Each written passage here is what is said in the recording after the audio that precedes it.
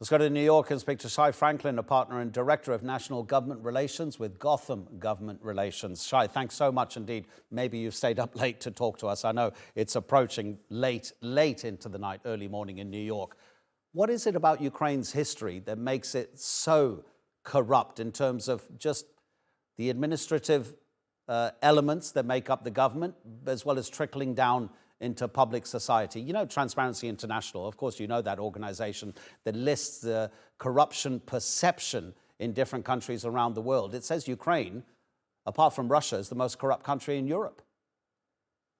Yes, Ukraine is rated 116 out of 180, and Russia, I think, is 135. I also double checked before we spoke.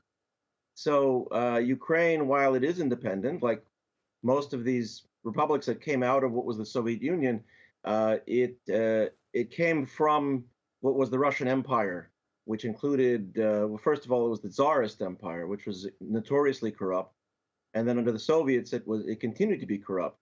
So so there is this sort of systemic corruption, and whatever President Zelensky says he wants to do or wants to do, there are many layers of bureaucracy. So Kolomoisky has kind of a symbol of corruption in plain sight, and the corruption, actually, a lot of the corruption in Ukraine continues to be directly connected to Russian interests. People like Kolomoisky, actually, a lot of their legal and illegitimate financial connections are through Russia. So I'm not saying that Putin has deliberately tried to corrupt the Ukrainians, but there are still tremendous connections.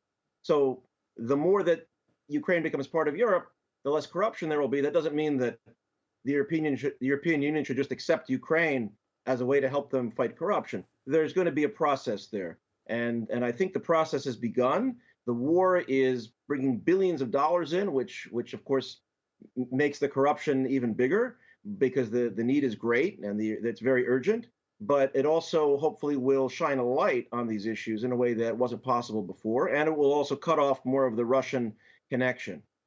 I'm glad you mentioned the money coming in to Ukraine during the war, Shai, because it was shocking a few months ago when a series of officials in different ministries were fired from their jobs because they were accused of corruption, even to the level of taking some of the rations and supplies that had been sent from the West and then selling them on and making a profit. It was quite incredible, but that's slightly different to an oligarch and a billionaire like Kolomoisky, isn't it? Because surely the money that those oligarchs have become so much part of either politics or general society, Kolomoisky owning an important TV channel, that if you target them, will it have an effect generally across Ukraine and possibly a negative effect because of how much their money has been used in the country?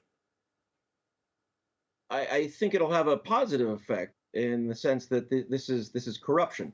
Most of the money that's being spent on the war in Ukraine is coming from outside Ukraine. So it's very important to make sure that that money is going to the right places, and that money is not coming from Russia or to Russia, and cutting off that access, whether it's money or supplies that Russia might be getting on the side from Ukraine. And I don't have specific evidence of that, but corruption is corruption, and people like Kolomoisky, and I'm not going to name others.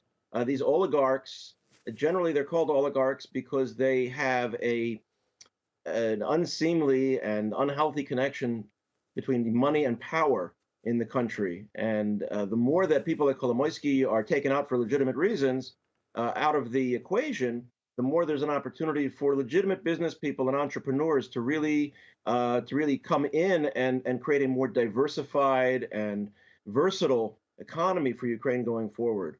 Yeah, Shai, I need to clear this up. Obviously, I wasn't saying that corruption can be a good thing. I was just wondering if some of those oligarchs who might be accused of corruption have also spent their money properly and actually benefited Ukrainian society. I need you to be very brief here, but are you saying that overall the oligarchs have been damaging rather than having a positive effect on Ukraine? I'm saying that if an oligarch is taken out of the equation, then there are other economic activities that will take their place, and there will be money. It's not like there's some big treasure chest that Kolomoisky has and he takes money out and just gives it to Ukraine. He's getting the money from, sure, legitimate business enterprises as well as possibly illegitimate business enterprises. But there are other enterprises out there that can I think, fill that in. And again, the bulk of the capital now is coming from outside of Ukraine. Yeah, absolutely. Shai, thank you so much indeed. Again, I Thank you, Adnan. appreciate it. It's late Pleasure. night for you. Take care.